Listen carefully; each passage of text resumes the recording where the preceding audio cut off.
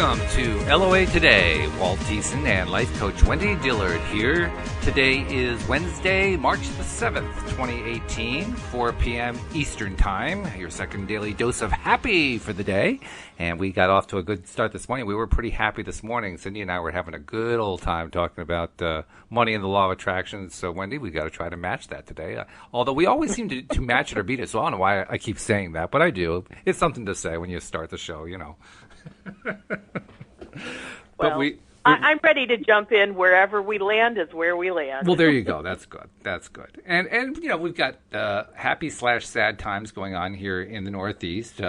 Most of the Northeast is mourning because it's snowing, and the minority are celebrating because it's snowing. So I figured I'd join the minority because celebrating is a lot more fun than mourning. So, and plus it supports my wife because she's like thrilled because this means she gets to do some more skiing one more time this year. And, you know, that's good. I like that. Does that mean she like literally goes out skiing in the next couple of days while the snow is fresh? Is that? Oh, yeah. It's really, the only reason that we're not out there right now is because it's just coming down so hard, so it wouldn't be fun. But I guarantee you we'll be out there tomorrow. Okay. Yeah. Oh, yeah. Well, she doesn't waste time. We don't have skiing out here, so that's why I'm asking these questions. Yeah, not too much skiing going on in Dallas, I would imagine. Occasional snow, but not that. No, I wouldn't think. And not too much in the way of nearby mountains, are there? I don't know what there is near Dallas. No, not at all. Not really, okay. Very flat. Pretty As a flat. matter of fact, a number of years ago, I was in Seattle, Washington for the first time. Oh. And I was just so thrilled with looking at the whole landscape of that state and that city and how tall the trees were and just how there were so many ups and downs. We were driving through like residential areas just to kind of see it. And it was like, holy cow, the elevations of the roads in some cases were like in San Francisco. Yeah. Oh, yeah. And I was loving the tall pine trees. And what was fascinating is on our flight home, you know, we were circling Dallas and waiting to land. And I had just this stark awareness of how different our landscape was. And then as we got in our car and we were driving home, I went, we have short trees. I mean, I never really thought about it. I've been here over 30 years, and I'm like, our trees are so short. I mean, by comparison, and I realized we have such flat land. Oh, yeah. So I would say, no, we don't have mountains. We have like little teeny hills. You do, okay. You know, but we do not have mountains. Okay, all right. Well, you know, that's fair enough. Actually, I remember when Louise and I went to Seattle, I'm not sure how many years ago it was. It was quite a few. I'm going to say 8 to 10. I'm not sure how long ago it was. But we went to Seattle. We were there for almost a week. Met up with a friend of hers that she knew from when she lived in Mount Snow, Vermont. So that was nice to have that kind of reconnection. And plus, to have somebody to give you the personal tour of the city and so forth, that was great.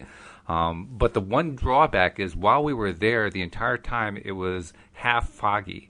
And so we couldn't see Mount Rainier, which, of course, is the big mountain right outside the city. Mm-hmm. And Louise was a little disappointed about that. I'd seen the Cascades quite a few times. In fact, I lived in Oregon for a while, so I'd been up there quite often. But she had never seen it before. And she was, she wasn't really disappointed, but just a little disappointed. So we climb on the plane to leave, and it's a sunny day, and she says, ooh, I wonder if we're going to be able to see the mountain. And we look outside the plane, and sure enough, she can see the mountain there.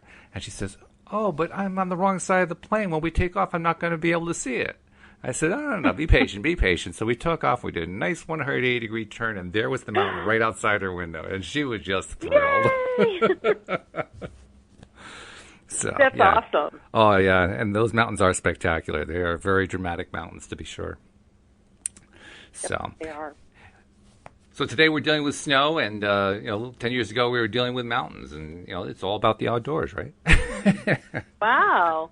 So that's your win, is enjoying the lovely snow falling. Yeah, that's cool. I mean, we had like one flurry in Dallas this whole winter season, which normally we get something a little bit more than that. So, yeah, we kind of missed out on the fun of the snow coming down. As a matter of fact, trees are blossoming already. Grass is already turning green here. Yeah.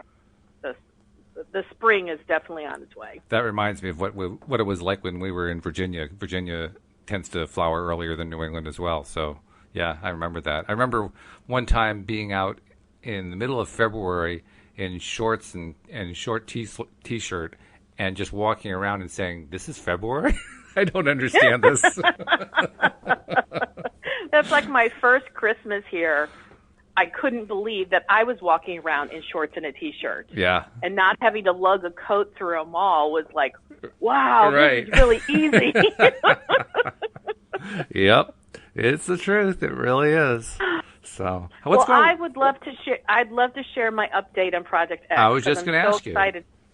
you. Yeah, I'm really excited where I am. So yesterday, I was sharing that not only had I gone through like 4 days of like almost zero insight or, information or connection with my inner being giving me new stuff. But then yesterday I went through a day of just a lot of frustration and anger and just a lot of feelings that did not feel very good. And yet I was guided not to jump out of them and go to happy too quickly, which was a very unusual thing for me. Sure. And so I went, okay, I followed the guidance and I leaned into the discomfort and I was asking myself a lot of questions. And what came from it was really quite astounding. And it led to what happened after the show for me, more insight, where I got this phrase, which was, it was something like, Project X will be more than you have ever imagined or could have ever imagined it to be. Right. So that came. Now, those words in itself could mean very little to some people, but because it came with an internal sense of exhilaration and goosebumps all over my body and like a spontaneous thing where I burst out in tears. It wasn't like I planned it. I didn't like hear the words and go, oh, now I'll cry. It's like the message penetrated through me so powerfully that tears just poured out of me. Wow. And I went, that only happens when I know I'm getting a big, powerful message. So anyway, after the show, I was just really dwelling on that and being really excited by that. And I'm going, something I could never imagine it to be. I wonder what that is. Now here I am trying to imagine what it is. Exactly. I'm being told I can't even imagine. As soon as you said that, that was the first thought that went through my head. But I'm so glad I went down that road because it reminded me of in my earlier years, probably mid-20s, and I know I've shared part of this story before, where I was just really desperate for a new job. And I tried so hard to get into banking. Those doors just slammed shut for me. And so the only thing left was to use my sewing skills, which I swore I would never use to make income because it was my hobby, something I love to do. And I got hired like immediately on the phone. They didn't even see my portfolio. They had no idea. They didn't even witness my skill set. I just said I could sew and they went, can you come in tomorrow? And I was like, okay. So the good news was that, I had some income, and which is what I was desperately needing. But over the 4 years that I worked at that company, I definitely learned some new skills, and I met a lot of new people. And one of the customers that came in on a regular basis loved my work so much that they asked that when they had an order, if I could be the only person who ever delivered their order, because I really liked the quality of what I delivered. And so I built a really wonderful relationship with the people of that company, to the point where eventually the gal who used to come into the store, she said, hey, I'm about to go on maternity leave. Would you be interested in filling in for me while I'm gone? And so it was an easy decision to say yes, because I wanted to do it, but it was kind of hard to do because I was balancing this new freelance thing on the side with my day job. Well, eventually when she had the baby, she went, okay, motherhood is way too fun. Don't want to come back. Do you want to keep doing this? And I did my best to do it for a while, but I was having to turn down so much work because it interfered with my day job that eventually I quit the day job and I moved toward this freelancing thing. Well, the freelancing was freelancing in the world of costuming. And it was something that in the past, this is so funny, when I was in college, I hated my costume class. I just thought Okay. costumes were boring, didn't like them at all. I just wanted to get down to the fashion design. That's what I was there for. Well, here I am. I worked 4 years at a costume company, learned about costumes. They were no longer boring and horrible to me. I was really embracing it. And now I was going to be a freelance costume designer. Well, lo and behold, I did that for 10 years. And then I took on a partner, and I had a costume manufacturing company for 5 years. And I would say those 15 years while I was in the world of costuming was by far the most satisfying career that I could have ever not planned. Good. Because I truly didn't plan it. I didn't even want to tell people I could sew. And yet, when the banking world closed its doors to me, that's what was available to bring in income. And what I find so spectacular about this is I didn't want it. I was being dragged, literally, I'm sure by my inner being, into a world I wanted nothing to do with, because my inner being knew that this was going to satisfy me on so many levels. So the reason I go into all the gory, juicy details of that story is because last night I was so reminded of how I could not have planned for that career. I could have not have Googled how to find that career because I didn't even know it existed.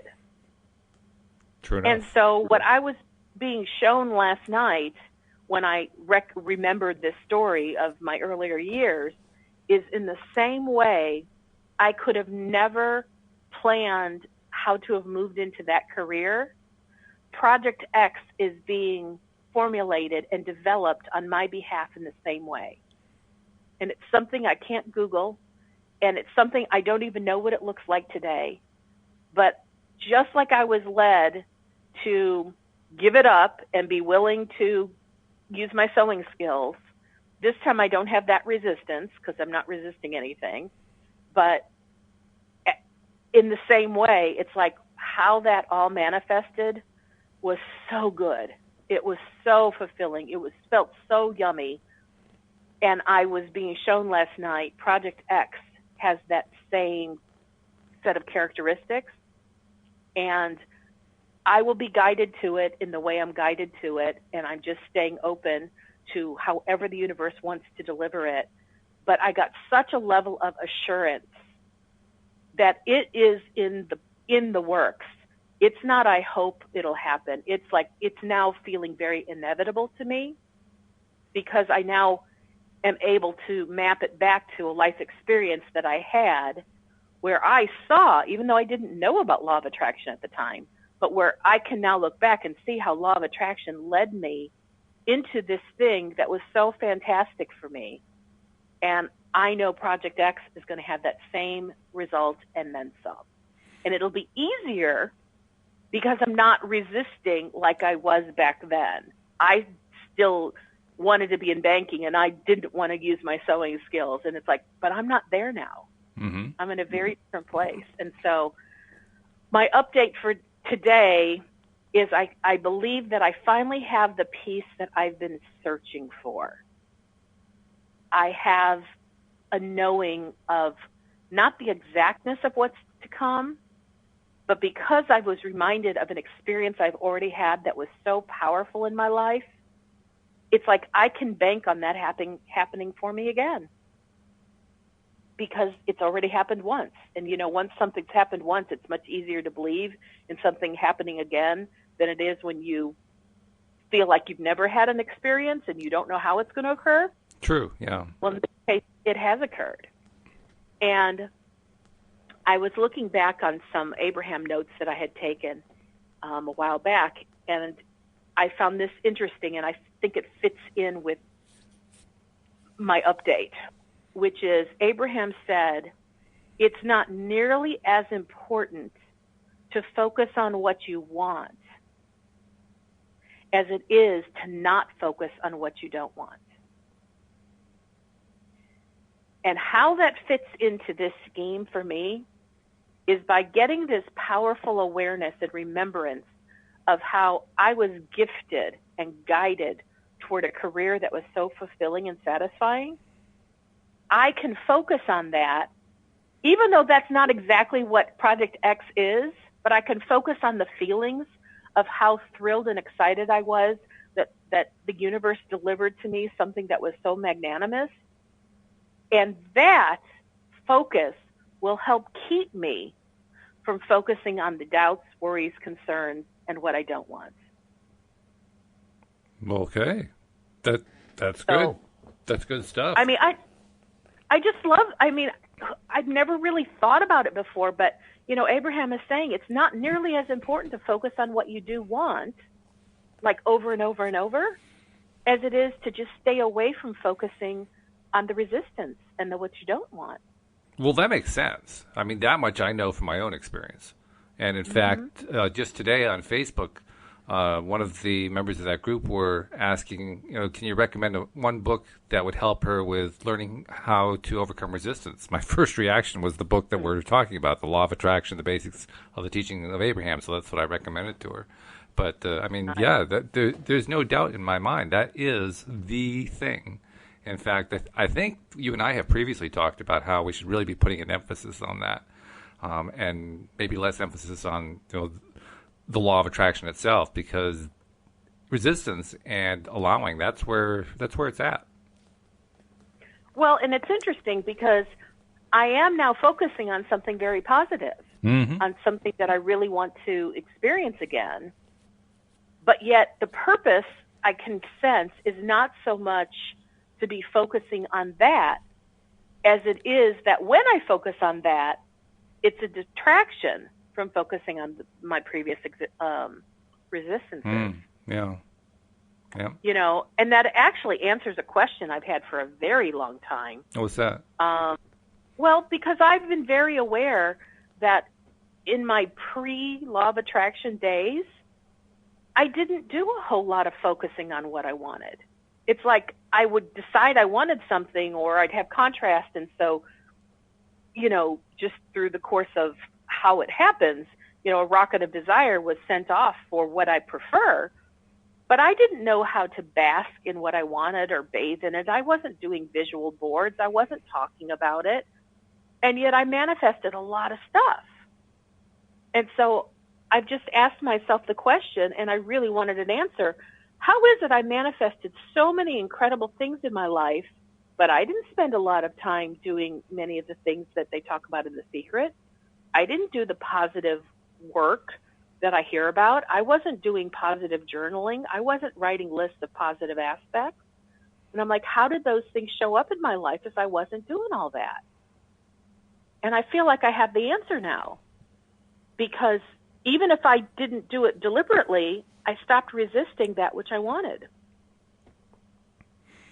Well, that makes sense. I might have done it by default, or I might have done it, quote, by accident, but I got off the soapbox of talking about what I didn't want, and I just moved on. And in the process of no longer focusing on the resistance, things showed up for me. As you're describing all that, I'm reminded of last night's show, because Tom and I, of course, did the Tuesday night show last night.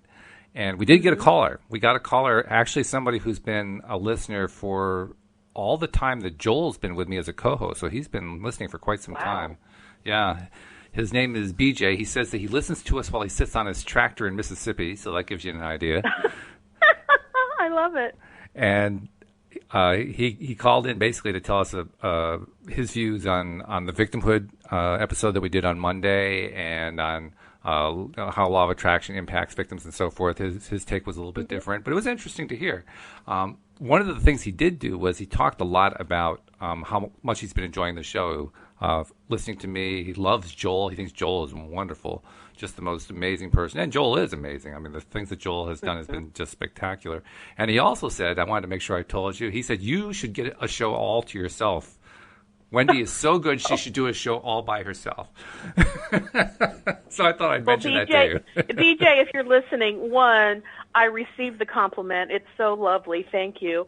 And two, I have to tell you, I think I love what I'm doing because Walt is working with me, and he's like spurring me on with questions and insights, and that's I feel like Walt is an integral part me doing what I do. So, but thank you, BJ. That's very sweet.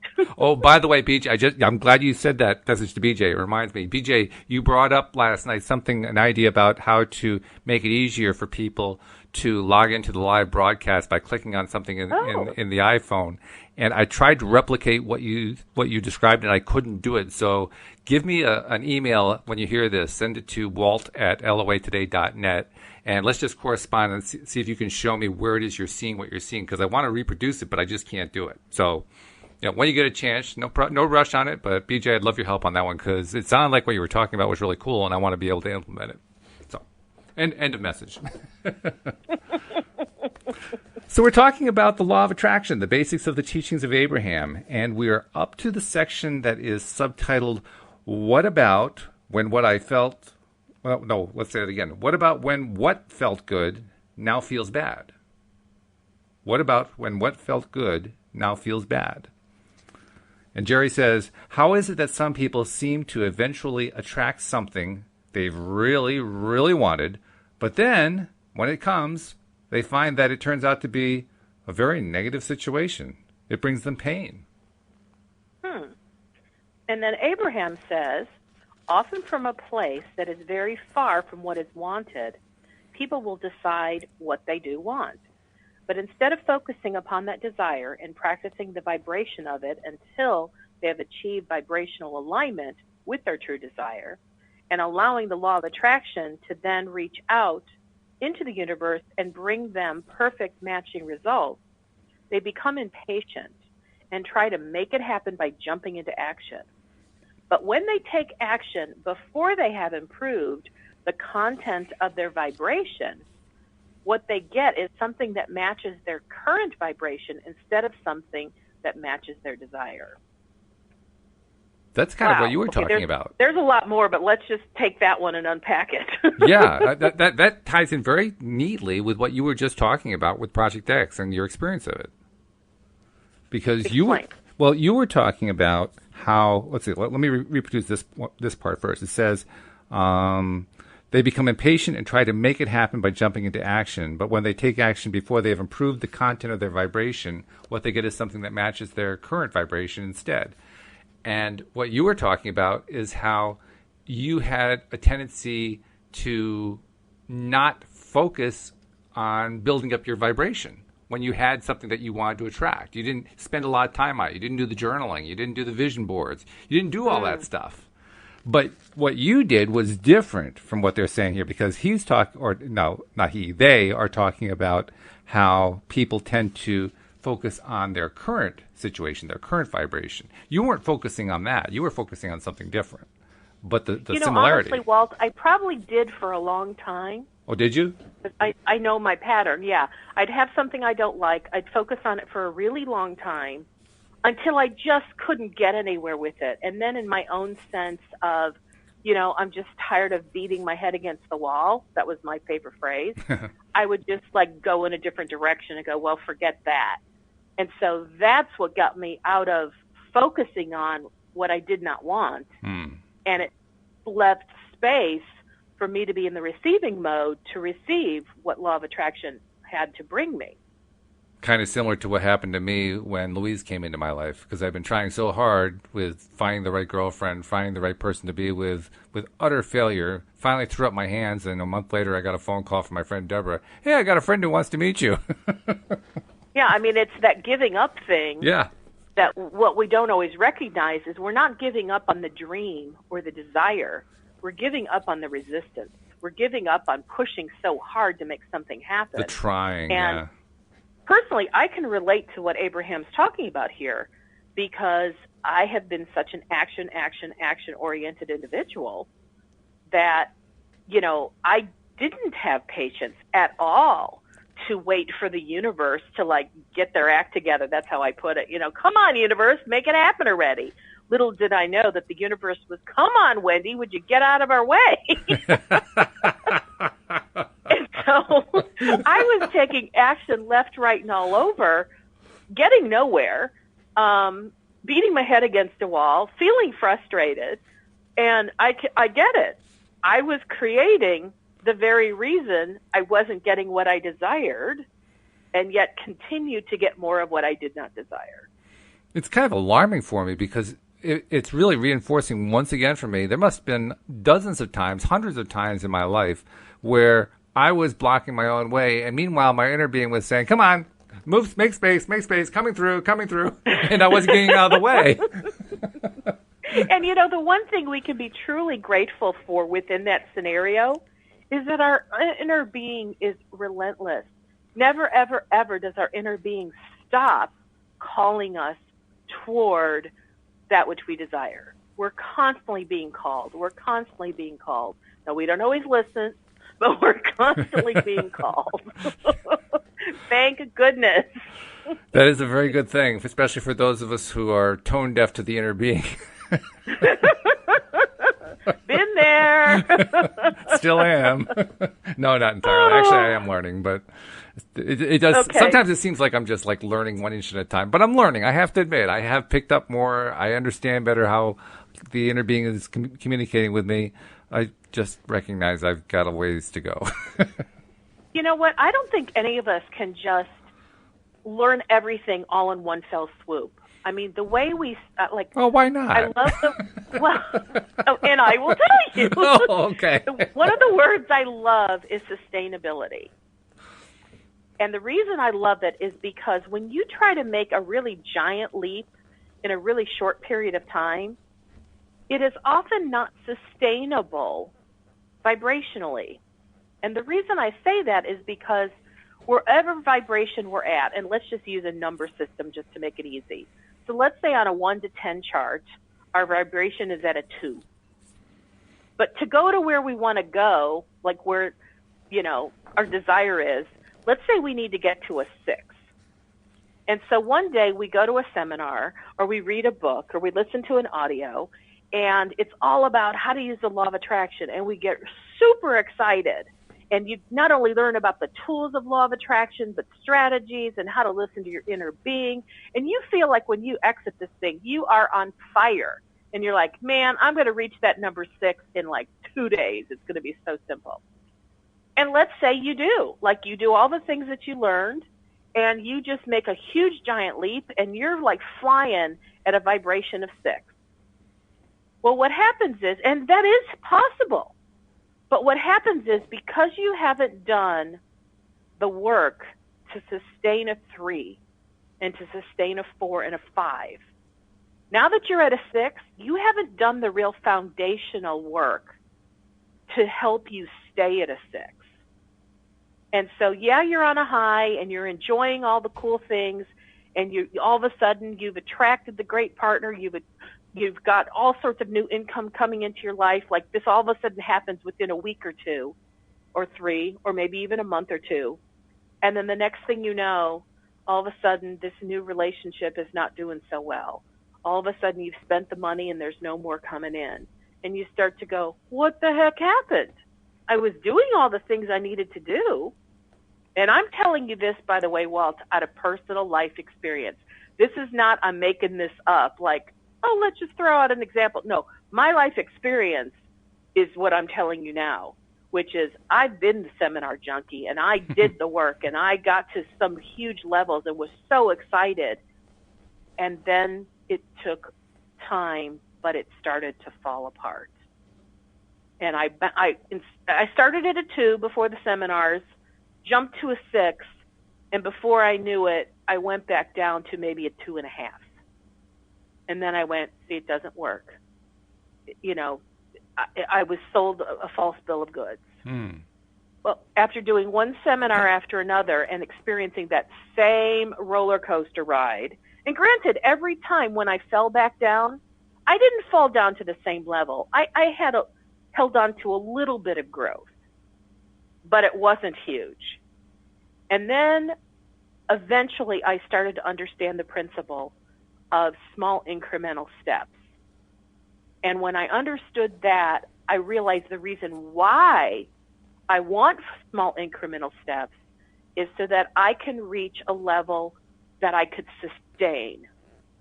And so then, even though I learned all this stuff that could have gotten me to a 6 overnight, I worked on small principles, little teeny things, until I went, I'm sticking at a 2.5.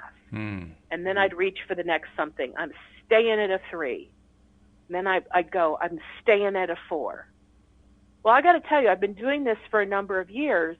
And, you know, you've heard me say this many times. I can buoy back into feeling happy, like pretty much within 15 minutes or less. That's an easy thing for me now. Right. But years ago, very hard thing. It could take me days to get to a place of happy where I could hold on to it. But see, now, let's just say on that 1 to 10 scale, maybe I'm at an 8. And I pretty much am always at an 8. And if something happens in my life that causes me to dip down to a 4, I bounce right back up to an 8 within at least a day, if not minutes. But that's because I have learned how to sustain my vibration at a different level. And so when people talk about, like, is a quantum leap possible? Yeah, it is. But is it sustainable? That's another question. That's another question entirely. In fact, as you were describing that, it made me wish that I had more, or even any, not more, any training in psychotherapy. I mean, I talked to my wife, who's a psychotherapist, and so I learn a lot from her. Joel, of course, has training in it, and others do too. But I don't have enough knowledge here to know. Maybe you know. I don't know. I wonder if bipolar disorder is tied to that lack of experience with learning the incremental steps. Because when you were describing that roller coaster, that's the thought that kept going through my mind. That's what happens to somebody who's got bipolar disorder. They got the big highs and the big lows and the big highs and the big lows, and there's nothing in between. Well, I can tell you what Abraham has said about bipolar. Oh, okay. Because I've been fascinated by this, because I have a friend or two that, one I know for sure was diagnosed, and a couple others that were speculating. I like to say it this way, that because Abraham does, and I just love it, that those that experience what we call bipolar are really big wanters. The desires that they have are so big and so intense that when they are in alignment with their desire, they are up, they're happy, they're exuberant. But the moment they get out of alignment, they go slamming back down to a lower vibration or a lower state of being, whatever their sustainable thing is, and then they're depressed, in despair, and they're miserable. And so how Abraham described it is very similar to what I was just talking about, which is in most of them, or I don't know about most, who knows. Anyway, someone who continues to experience bipolar disorder is not allowing themselves to create a new alignment where they can sustain it. And so they just keep going from 1 to 10, 1 to 10, 1 to 10, which causes them to feel very erratic, and the people around them are like, oh my God, you know, look at their lives, because they're a roller coaster, up and down and up and down. Right, yeah. If somebody with bipolar can allow themselves to go, I'm just going to take it one step at a time, and I'm going to build my alignment so that I can be, like, if I start in despair and I can get happy, and this is a funny way to say it, if I can get satisfied with feeling a little bit more powerful, even if I'm feeling anger a lot of the time, and if a person can sustain anger for a good long time, they will, if they were to drop down into despair, they would buoy right back up to anger. So now if the person's at anger and they climb themselves up to frustration, frustration is a more powerful feeling than anger. They're frustrated, but they're not like, you know, anger. And if they can get themselves to hang out in frustration for a good long time, then even if they dip down into anger or despair, they will buoy themselves right back up to frustration. And so this goes as you climb up the emotional guidance scale. And when you cross the threshold of hope into hope, that's when you start to move into feeling good most of the time. I'm going to have to ask Joel about this tomorrow, because, I mean, what you described makes total sense. And my question to him is going to be, is that what therapists do with people who have bipolar disorder? Because it would make total sense if that's what they try to do. That would be a really good question, and I'll bet they don't. Well, there's a good chance of that because Joel does tend to come up with answers that say, well, here's what the industry really does and here's what it really should be doing. Well, there you go. Because Yeah. I do know my friend who had been diagnosed with bipolar had been seeing a counselor for quite a number of years. And it's like after a session, that person would give me a call. My friend would call me and say, hey, this is what we talked about today. And at least this particular counselor, was really working more from a perspective of strategy.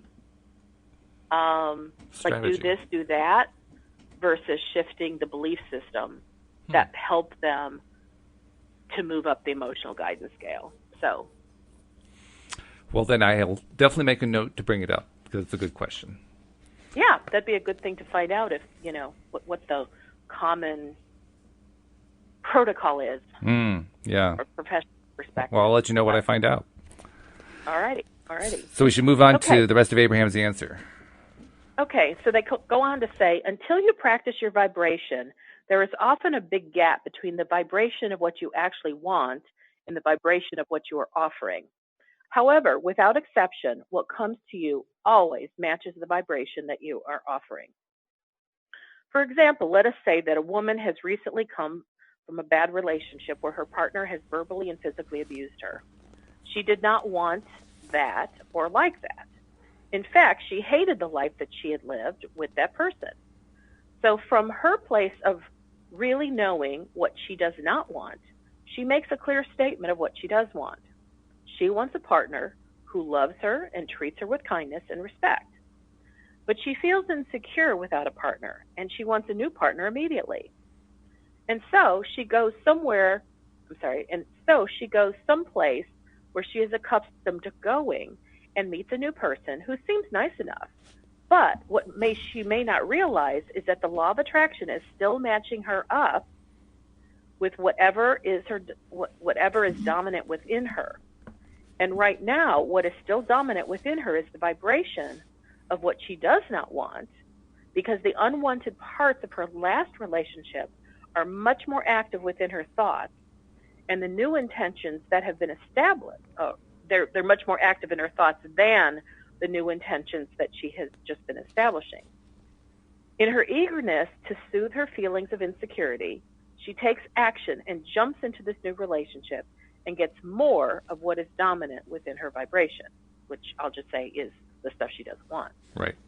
So it would be our encouragement that she take things more slowly and spend more time thinking about what she wants until those thoughts are the basis for her dominant vibration within her.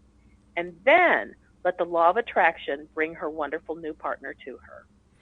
I imagine that there are many people listening who know that pattern intimately because they've experienced it themselves. Yeah, I know that pattern. Yeah. Maybe not in relationships so much, but in just about every other area of my life. Mm-hmm. Yeah. I would say it was a common practice for me, especially as I was kind of getting to know law of attraction. Like, ooh, there's a new toy to play with and unwrap and see what, how to use it. I'm like, okay, so now I know. I just had some contrast. Don't like that. Then I'd think about, what is it I do want? Okay, I just figured out what I do want. And then, boom, I'm out the door trying to make it happen. Mm-hmm. I wasn't spending time really thinking about this new way of behavior or this new experience or what it would feel like, in order to like really solidify that new vibrational thought. Heck no. I was off and running. In fact, I wonder how many times people will recognize themselves as the person going from one relationship to the other, where every single relationship is just like the last one. I mean, it seemed different. It was a different person. The person was different. The person had different interests from the previous one. He or she was, different in so many different ways, and yet the result was the same. And I know in my case, it was always the same result of, the whole thing falls apart within days. Not weeks, not months, days. One date, boom, you're done. End of the line. And I kept asking myself, what the heck's wrong with me? What is it that I'm doing? Because there's definitely a pattern going on here, and I don't know what it is. And I didn't know how to Well, fix it. I didn't know how to address it. I didn't know how to identify it. I was really lost. and whoever you are, with your current experiences, your current belief systems, your current vibrational state of being, that's who you take with you everywhere you go. Yeah. So if you're in a relationship and, you are who you are and you don't like this relationship, and what you do is you decide to change the relationship, say, okay, I'm kicking you to the curb. I'm going to go find someone new. Well, if you haven't made any changes internally, you are the common denominator. Yeah. And so all the vibrations you bring into the next relationship. And because law of attraction is working 24/7, whether we know it or not, or whether we like it or not, you're going to be matched up with somebody very similar to the last relationship. They may have a different face. They may have a different name. But you know what? They're probably going to have many of the same characteristics because they're going to match what you matched before. Because if you haven't changed, how can you match up with anything different? And while it may not have made a difference in terms of improving the next relationship, to know that it was my vibration that was the same, that I was basically the reason why it was happening, and it was happening because I was putting out the same vibration all over again. That alone may not have been enough for me to know what changes to make. At least I would have known what I was dealing with. So having that information is not perhaps sufficient to solve the problem, but it's really helpful. Well, and if you look at a relationship and go, what about this relationship is not working? So can you name one or two or three characteristics in previous relationships prior to Louise that weren't working for you? That would have been very hard for me to say then. I know now simply because having come through it, I've been able to identify it during that process of, being with Louise and talking with her and exploring where I was at and going through what I went through with my depression and so forth. But what did you not like? What did you not like in those relationships? It wasn't what I didn't like. It was what the other person didn't like. For whatever reason, they didn't like me. Or they liked me, but not enough to go for date number 2. So every time it was always the other person losing interest. And I'm thinking, what is it? Is my deodorant? I mean, what is it? All right. So, I mean, just using that one little thing as an example is I'm able to, attract date 1, but I'm not able to, have it move on to date number 2. Right. Exactly. And so it's kind of like, all right, that's the kind of thing that you go, that if that keeps happening over and over, the responsible thing to do once you understand law of attraction and you want to be a deliberate creator is to really identify and poke around at, so what is it about only one date? Do I have a belief about one date? Do I have anybody in my life that mirrored, lack of getting a deep, meaningful relationship, and so it just stayed shallow?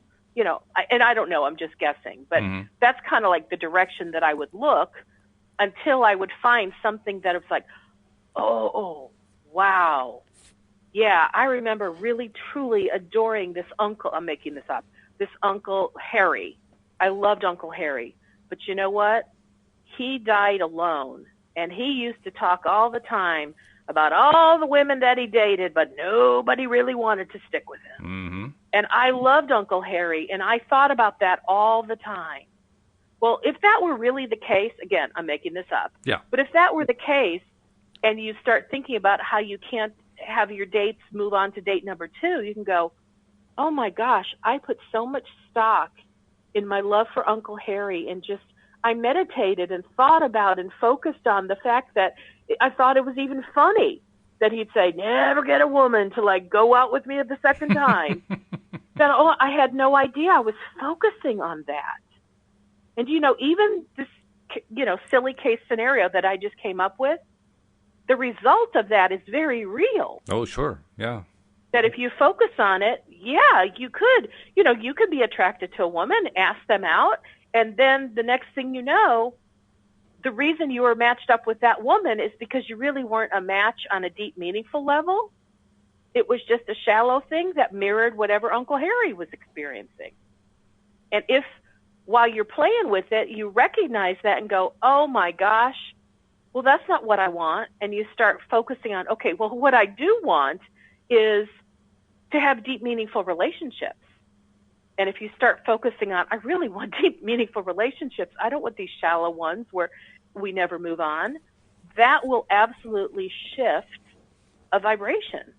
Well, it's interesting you should say that. It's interesting you should say that because I do know what was causing it. I know now. I didn't know then. Mm-hmm. But the fact that you say that points to something really interesting. Did you have an Uncle Harry? No. No, I did not have an Uncle Harry. No, nobody like that at all. That would have been actually much too simple compared to what it actually was. Or to put it another way, it was much too complex for what it really was. When you hear it, you're gonna say, "How did I miss that?" But no, what ultimately happened was I had no problem getting the original conversations going and so forth. But in the midst of it, all of the chemistry would disappear. All of the magic would disappear. And it would happen for both of us. And I would be willing to keep going just to see if something could keep going. And usually she would not be. Occasionally there'd be a second date where we tried again and it still wouldn't really work. And I didn't understand what it was that I was doing. I had kind of a feeling it must be something about me, but I didn't know what it was. I just couldn't quite get a handle on it. I talked to people. I would even ask dates, what is it that didn't work here? Because I'm really getting frantic here trying to figure out why stuff isn't working out. And the answers were usually along the lines of, well, you're a really nice guy, but I just don't really feel it, which didn't help at all. That didn't really give me, other than the fact that I kept getting that. Well, as it turned out, what I learned many years later was I was actually a very negative guy, and I didn't know it. And it wasn't because I was going around, just bad-mouthing everybody. That wasn't the case. But literally everything that came out of my mouth did not have a happy tone, a happy story to it. It always had a sad side to it. It always had a sad side or a depressing side or an unhappy side or something that was a negative side without being deeply negative. And you get exposed to something like that. If you're exposed to that for a long period of time or even for an entire date, after a while you just kind of start to lose interest. And you begin to think that he's not interested. Because all that's coming out is just this, it's like this ucky stuff. It's not really bad. It's just not really nice. It's not great. You do that often enough, and now you got a habit going. But I didn't know I had the habit. I thought I was positive. And that's the key point I wanted to bring up. I think there are a lot of people who have a thing, and the thing could be different from my thing, but the thing ultimately leads them to in some way being negative and not realizing it. And then they get bad results. So was I focusing on the relationship I wanted? Not really. I was focusing on wanting a relationship, and as I was doing my focusing, I ended up focusing on all this negative stuff that was going on. Well, that's not focusing on the joy of the relationship. That's focusing on the lack of relationship. But I spent a lot of time on that. And I had no idea how that fed into it. So as Abraham is talking about in this chapter that we're reading, you knew what you wanted. Mm-hmm. You wanted a relationship. Yeah, and I want a meaningful one. And when you had like a date that didn't go on to a second date, you just ran out there and took more action and looked for somebody else that you could be interested in and tried it again. Yep. And again, and again, and again. Right, because I didn't know what to change.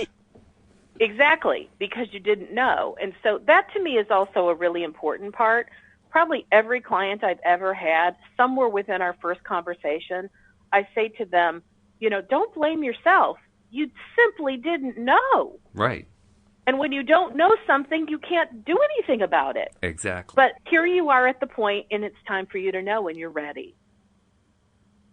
And, sometimes the way we do learn, the way we move toward what we desire is going through something unpleasant over and over and over again until it happens so many times, you finally go, stop the madness. I can't do this anymore. Something has to change. And when you're at that point, that's when you start asking different questions. Well, actually, what happens is I reached a point where I gave up asking questions and I gave up on the whole thing and let go. And then Louise showed up a month later. Yay! That's why the release part works. That's why the give up on it part works. And for me, it was, I didn't get married till I was 39 and a half. And I say that 39 and a half on purpose because I had this thing that said, oh, my God, I have to be married by the time I'm 40. 40 yeah, I could hear that. Yeah. But what was fascinating is I guess I was in my late 30s. I must have been about 38, 39 at the time. And I was with one of my really close girlfriends, and I was complaining about not finding anybody exciting to meet, and how being that I was in theater, every guy that I did meet that was like a possibility, but it wasn't, because they were either under 18, married, or gay. Especially and I'm in like, theater. That was not a pool from which I was going to find a good relationship. Yeah, theater is probably about the worst place to go for a relationship if you're not gay. Exactly. But, those were the people I was around most of the time. And so, this is a girlfriend that, like, she and I were what I call everyday girlfriends, where we would talk multiple times a day and we talked about everything. Mm-hmm. And one day, it felt like it was so completely out of the blue. She said to me, Wendy, do you really want to get married? It stopped me in my tracks, and I looked at her, and the answer I was about to say shocked me. I said, no. And she goes, well, then there's the answer why you're not married. I went, holy cow. No one's ever asked me that question before. I've never asked that question before. And I went, wow, why am I saying no? But I knew that was like an answer that came deep from within me. And so let me tell you, that gave me some food for thought. And I started asking myself, why would I say no? What is it about marriage I really don't want? Mm. And so it took me, maybe a couple weeks, a month or so to really wrestle this one until I started getting some answers that felt really clear. And I went, I love the lifestyle I have, working in theater. I was out late at night. I slept in during the day, and I traveled often. And I kept thinking that this was not a conducive lifestyle to the image I had of marriage. And I purposely say the image I had because there's lots of people that have crazy schedules and they can make it work. But the image I had was based on my parents' marriage, which was they both were at home. Mm-hmm. My father went out and did his job, and he came home, and we had dinner together, but they were at home, and when we did vacations, we did them together. Right. And so I just thought my crazy lifestyle was not conducive. And I also felt so fulfilled. This is the costume career I was talking about earlier in the show. Mm-hmm. I felt so fulfilled through my costuming that I got to tell you, it kind of didn't leave a whole lot of space to even really want a relationship. So then you might want to ask, well, then why did I keep seeking a relationship for all these years if I didn't really want marriage? Well, because I thought I wanted one. I thought kind of it's what you're supposed to do. Mm. I was sort of on autopilot. Yeah. And, I know that there were several other reasons. But what was quite interesting is, bless my friend's heart for asking me this really profound question, do I want to get married? I was thrilled I was in a place that I could answer it honestly. Mm. I did the work to understand why that was the case for me. Mm-hmm. And then I came to a new decision. Which was? And then I would say, I do want to be married. I can make space in my life for a man. And my lifestyle my lifestyle all of a sudden was no longer an excuse. Ah. Because it's like I broadened my understanding that there are all sorts of people in the world, and I can find somebody who will match up with my lifestyle.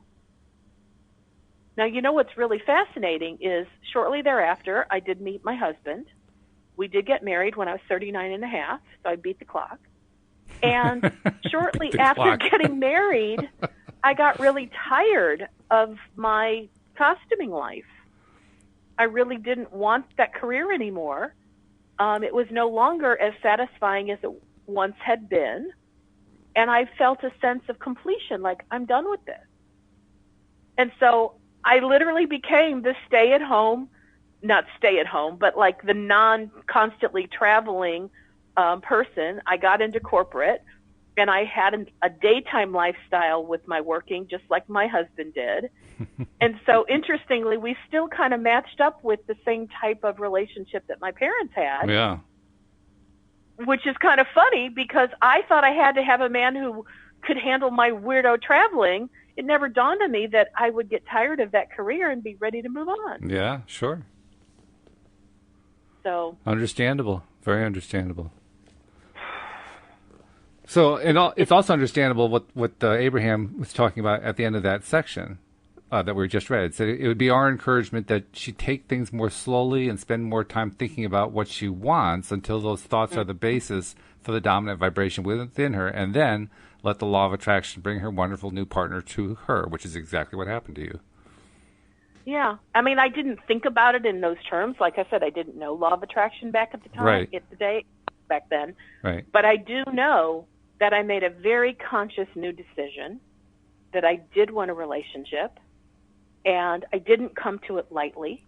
It was a very thorough, thought-through choice. And then I started thinking about, okay, well, I used to not think there was space for a man in my life. And I was asking myself, what do I do to give evidence to myself I'm willing to actually make an adjustment here? And I started mentally thinking about, well, if we moved into my 2-bedroom apartment, how could I give him drawer space? How could I give him closet space?